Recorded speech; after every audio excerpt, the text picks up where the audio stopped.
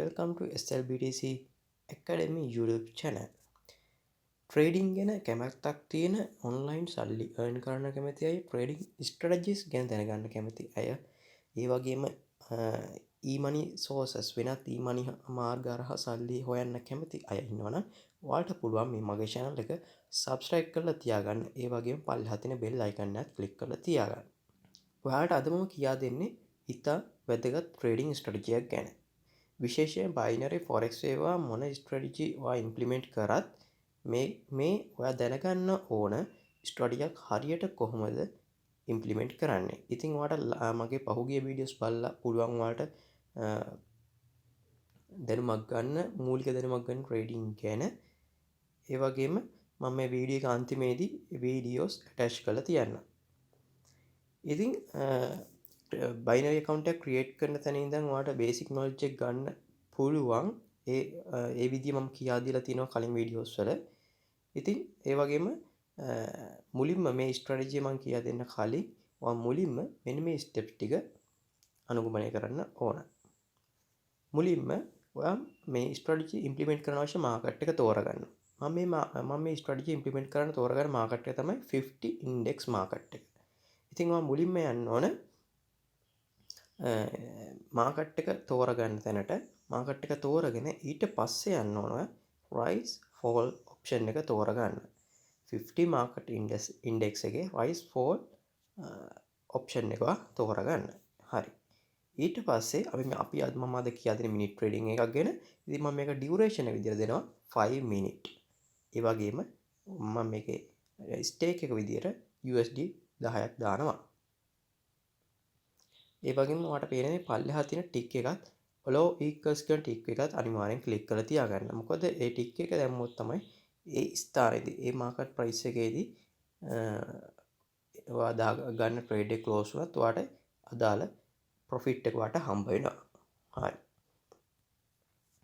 දැන් ඔයාට බලා ගන්න පුළුවන් 95.4ක ප්‍රොෆිට් මාර්ජින් එකක් තියෙනවා මේ ට්‍රේඩ් එක වින් කරොත්. හරිද? ඔයා මෙතන higher purchase කියන එක select කරොත් ඔයා එතෙන්දී තියෙන්න ඕන මාකට් එක higher, ඒ කියන්නේ මාකට් එක up මාකට් එකක තියෙන්න ඕන. මාකට් එක උඩට යන මාකට් එක තියෙනවා නම් ඔයා අන්න higher purchase එකක් ගන්නවා. හරිද? එහෙම මාකට් එක උඩට යන අවස්ථාවක ඔයා purchase එකක් ගත්තොත් ඔයා $19.54ක් ට්‍රේඩ් එකකින් win කරනවා විනාඩි 5ක් අවසානයේදී. හරි. ඔය අනිත් පැත්තට lower, ඒ කියන්නේ lower purchase එකක් ගත්තොත් කියන්නේ මාකට් එක down trend එක තියෙනකොට lower purchase එකක් ගත්තොත් ඔයා විනාඩි 5ක් අවසානයේ ඔයා $19.54ක් ගන්නවා. හරි. ඒ වගේම ඔයා select කරලා තිබ්බොත් follow equals කියන එක ඔයාට ඒ අදාළ මාකට් ප්‍රයිස් එකේදී ඔයා ට්‍රේඩ් එක ගන්න වෙලාවේ මාකට් ප්‍රයිස් එකේදීම ක්ලෝස් වුණොත් හරිද? ක්ලෝස් වුණොත් ඔයා ට්‍රේඩ් එක වින්, ඔයාට අර ප්‍රොෆිට් එක හම්බ වෙනවා. ඒ හම්බ වෙනවා follow equals කියන තැනට ටික් එක දාලා තිබ්බොත් විතරයි. හරි. ඊට පස්සේ අපි දැන් බලන්න ඕන 50 market index එක chart එක ගන්න කොහොමද කියලා. හරිද? මුලින්ම ඔයා resources කියන තැනට යන්න. resource කියන තැනට ගිහිල්ලා smart chart කියන එක ක්ලික් කරන්න. ඒක ක්ලික් කරාට පස්සේ මේ විදිහට load වෙලා ඔයාට ඒ පෙන්නයි chart එක. මෙතනින් ඔයා chart එක දාගන්න ඕන. ඔයා මුලින්ම synthetic indices වල volatility 50 index market එක select කරගන්න. ඊට පස්සේ මෙන්න මෙතන candle සහ time interval එක 5 minute විදිහට select කරගන්න. ඊට පස්සේ ඔයා ඉන්ඩිකේටර් එකක් select කරගන්න ඕන. ඔයා ඊළඟට යන්න ඕන මේ ඉන්ඩිකේටර් කියන තැනට. එතෙන්දී select කරගන්න volatility කියන තැන. ඊට පස්සේ select කරගන්න ඉතා හොඳ ඉන්ඩිකේටර් එකක් වල bowling bands.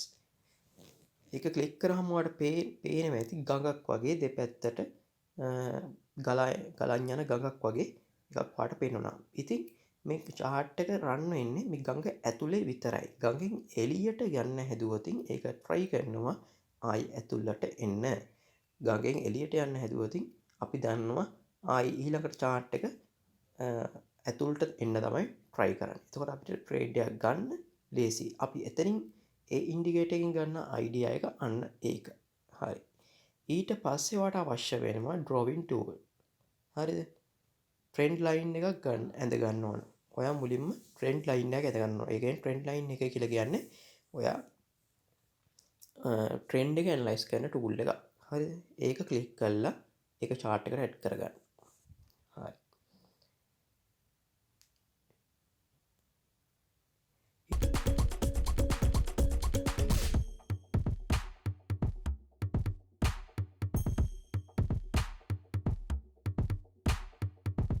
ඊට පස්සේ ඔයා බලන්න මේ ට්‍රෙන්ඩ් ලයින් එක වමට දකුණට යවලා. ඔයාට පේන්නේ නැති ට්‍රෙන්ඩ් ලයින් එක පොඩි වෙනවා ලොකු වෙනවා. එහෙම ඒ කියන්නේ ඔයාට සපෝට් ඒරියා එකකුයි රෙසිස්ටන්ස් ඒරියා එකකුයි බලා ගන්න පුළුවන්. ඉතින් සපෝට් ඒරියා එකේ රෙසිස්ටන්ස් ඒරියා එකේ තේරෙන්නේ නැත්නම් මගේ කලින් වීඩියෝ එක බලලා ඉන්න. ඒකේ මම කියා දීලා තියෙනවා සපෝට් ඒරියා එකයි රෙසිස්ටන්ස් ඒරියා එකයි. හරිද? ඊට පස්සේ දැන් ඔයාට පේනවා ඇති ඒ ට්‍රෙන්ඩ් ලයින් එකේ එහාට මෙහාට කලර් යද්දී ඔයාලට සපෝට් ඒරියා එකකුයි රෙසිස්ටන්ස් ඒරියා එකකුයි පේනවා. ඒක තමයි ඒ තුලින් තමයි ඔයා අඳුර ගන්න ඕන කී පොයින්ට් එක ඔයා කොහෙද ට්‍රේඩ් කරන්න ට්‍රේඩ් එක ප්ලේස් කරන්නේ. හරිද? මුලින්ම මම රෙසිස්ටන්ස් ලයින් එක ප්ලේස් කරගන්නවා.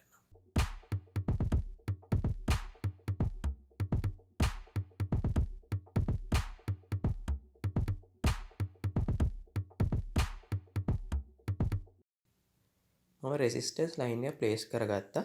ඊට පස්සේ මම ප්ලේස් කරගන්නවා සපෝට් ලයින් එක. ඒ රෙසිස්ටන්ස් ලයින් එකට රිලේටඩ් වෙන විදිහට සපෝට් ලයින් එකකුත් ප්ලේස් කරගත්ත යටි. හරි. දැන් පේනවා ඇති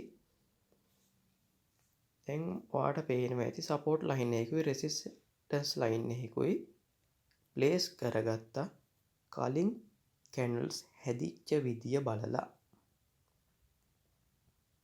ඒකට උදව් වුණා ට්‍රෙන්ඩ් ලයින් එක. ඊට පස්සේ මේ සපෝට් ලයින් එක අපිට උදව් වෙනවා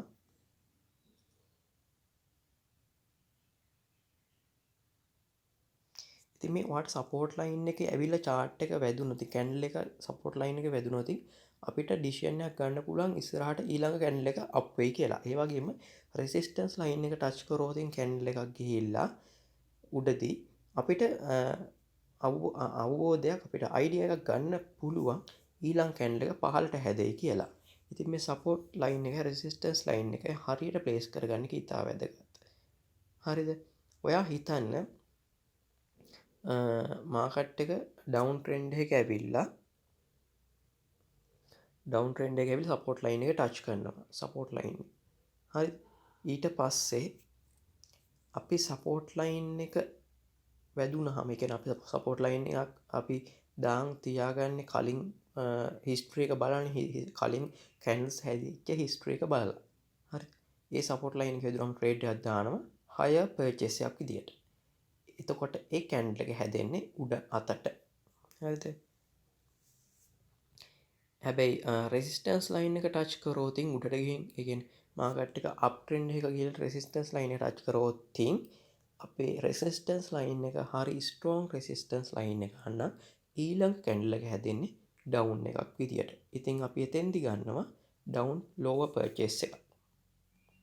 හරිද? ඔයා ට්‍රේඩ් කරන කලින් අනිවාර්යෙන් ඇනලයිස් කරගන්න ඕන සපෝට් රෙසිස්ටන්ස් ඒරියාස් හරියටම. හරිද? හරි. අපි දැන් එහෙනම් ට්‍රේඩ් එකක් ගන්න යමු. ඔයාට මුලින්ම බලා ගන්න පුළුවන් එන්ට්‍රි පොයින්ට් එක. හරිද?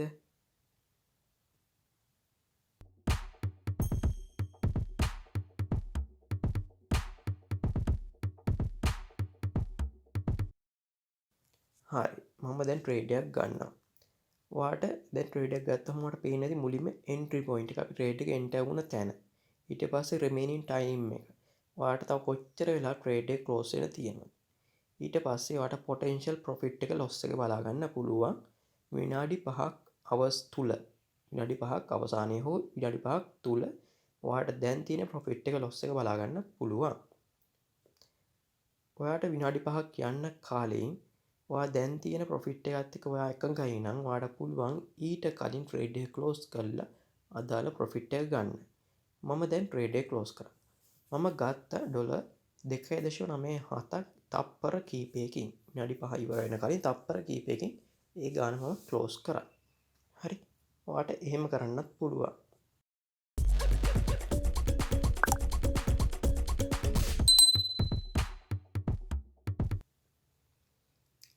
ඊට පස්සේ දැන් ඒ මාකට් එක ගැන බලමු. අපි යමු වෙනත් මාකට් එකකට. මම යනවා 100 ඉන්ඩෙක්ස් එකට. ඔයාට මේ resistance support line හරියට ප්ලේස් කරන විදිය කියා දෙන්න. ඊට පස්සේ ඔයා synthetic indices වල 100 ඉන්ඩෙක්ස් මාකට් එක දාගන්න. ඊට පස්සේ ට්‍රේඩ් කරන්න කලින් අපි support area එකකුයි resistance area එකකුයි ඇඳගෙන ඉමු. මම මෙතන ප්ලේස් කරනවා resistance area එකකුයි support area එකකුයි.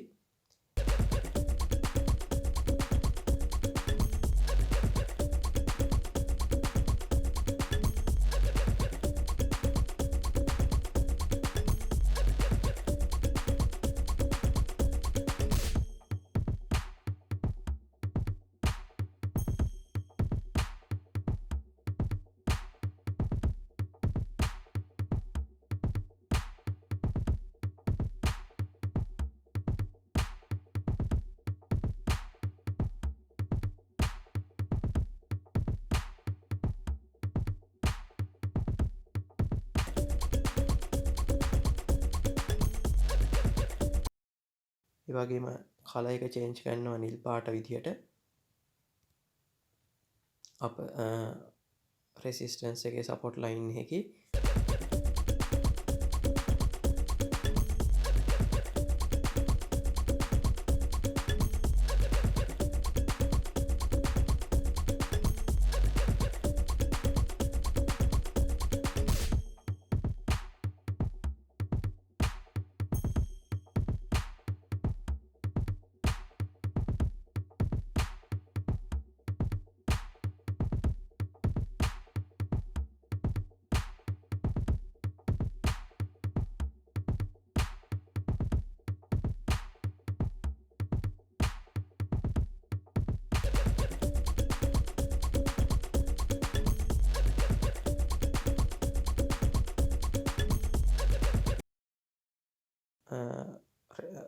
උඩ තියෙන රෙසිස්ටන්ස් ලයින් එකයි සපෝට් ලයින් එකයි මම කලර් නිල් පාට විදිහට දාගෙන යට තියෙන සපෝට් ලයින් එකයි රෙසිස්ටන්ස් ලයින් එකයි මම පාට කරගන්නවා රෝස පාටේ. හරි.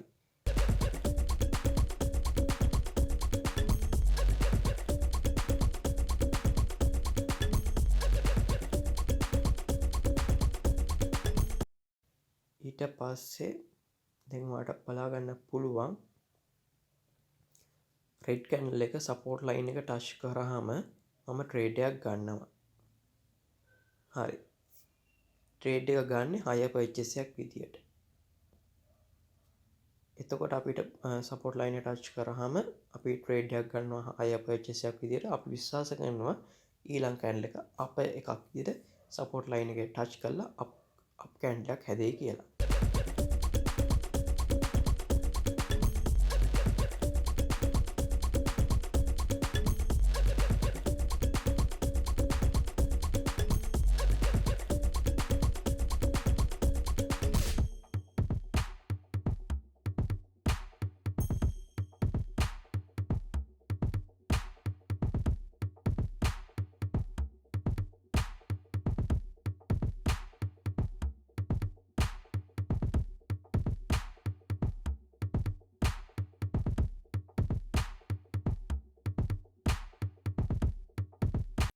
හරි. මම ට්‍රේඩ් එකක් ගත්තා. හරි. ඔයාට බලා ගන්න පුළුවන් ඊළඟ කැන්ඩල් එක හැදෙන්නේ අපර් සයිඩ් එකට. හරිද? සපෝට් ලයින් එකේ ඉඳන් උඩ අතට තමයි හැදෙන්නේ. අපි හරි සපෝට් ලයින් එකක් තුලදී ට්‍රේඩ් එක ප්ලේස් කරොත් අනිවාර්යෙන් ට්‍රේඩ් එක වින් කරනවා. හරිද? ඊට පස්සේ ඔයාලට බලා ගන්න පුළුවන් මේ දැන් තියෙන ප්‍රොෆිට් එකත් ඔයාලට එකගයි නම් දැන් තියෙන ප්‍රොෆිට් එක ඔයාලට ඇති නම් සැටිස් නම් ඔයාලට පුළුවන් ට්‍රේඩ් එක ක්ලෝස් කරන්න විනාඩි 5ක් ඉවර වෙන කලින්.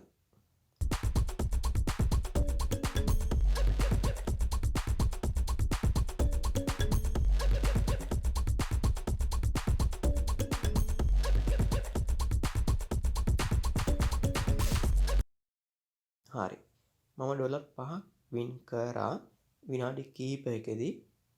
දැන් මගේ ටෝටල් ඉන්කම් එක ඩොලර් 15යි. මිනිත් 1 විනාඩියක් විතර ගිහිල්ලා තියෙනවා. මම ඉතුරු විනාඩි 3ත් ඉතුරු විනාඩි 4ත් තියන් හිටියොත් මට ඩොලර් 19.55ම ගන්න තිබ්බා. හරි. ඔයාලට පුළුවන් ඉතින් මම මේ වීඩියෝ එක තව දික් වෙන හින්දා මම එතනින් ක්ලෝස් කරලා ඔයාලට පෙන්නනවා. ඊට පස්සේ අපි බලමු වෙනත් මාකට් එක. අපි බලමු හොඳ ප්‍රොපර් අයිඩියා හොඳ අයිඩියාවක් ගන්න පුළුවන් මාකට් එකක් තියෙනවද කියලා.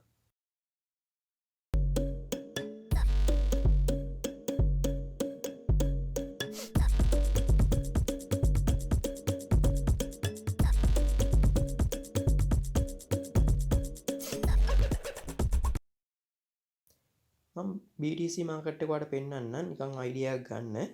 බිට්කොයින් මාකට් එක බලන්න පුළුවන්. කලින් ඒවත් එක කලින් ඩියුරේෂන් දාලා ඒ කියන්නේ 1 day දාලා එහෙම දාලා බලන්න පුළුවන් කොහොමද ගිහින් තියන්නේ කියලා. ඉතින් අපිට මේ සපෝට් ඒරියා එකේ රෙසිස්ටන්ස් ඒරියාස් ඊට පස්සේ මම යනවා 201 second index මාකට් එකට. මේක අලුත් මාකට් එකක්. හරිද? මෙන්න මේ හොඳ ප්‍රමාණය ස්ට්‍රෝං ප්‍රමාණයෙන් කැන්ඩල්ස් හැදෙනවා නම් ඔයා ට්‍රේඩ් කරන්න ඔයා අනිවාර්යෙන් ට්‍රේඩ් කරන්න බය නැතුව හොඳ කැන්ඩල් ඒ කියන්නේ using වැඩි කැන්ඩල්ස් තියෙනවා නම් ඔයා ට්‍රේඩ් කරන්න. හරිද?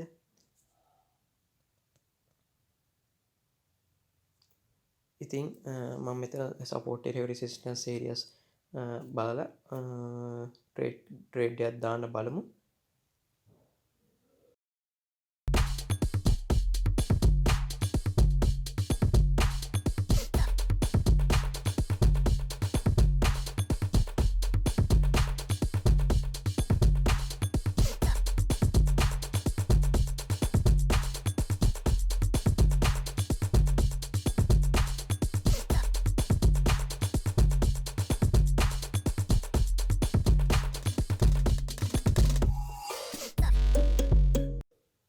මේ මාකට් එකේ පොඩි ගැටලුවක් තියෙනවා. අපිට මාකට් එක දීලා තිබ්බට ට්‍රේඩ් කරන්න පහසුකම දීලා නැහැ. ඉතින් මේ බයිනරි එකේ ඉතින් ඔයාලත් බලන්න. ඔයාලට මම මේ මාකට් එක තෝරගත්තේ. මේ මාකට් එක හොඳ ප්‍රොපර් කැන්ඩල් ස්ටික් හැදිලා තියෙනවා. ඉතින් ඔයාලට අයිඩියා ගන්න පුළුවන් කොහොමද support line, resistance line, trend line කොහොමද අඳුරගන්නේ කියන එක මේ මාකට් එකෙන් ඔයාලට අයිඩියා ගන්න පුළුවන්. ඉතින් මම හිතනවා බයිනරි ට්‍රේඩින් ස්ට්‍රැටජි ගැන ඔයාලට ඒ වගේ මාකට් ඇනලයිසිං එක ගැන ලොකු අයිඩියා එකක් ගත්තා කියලා.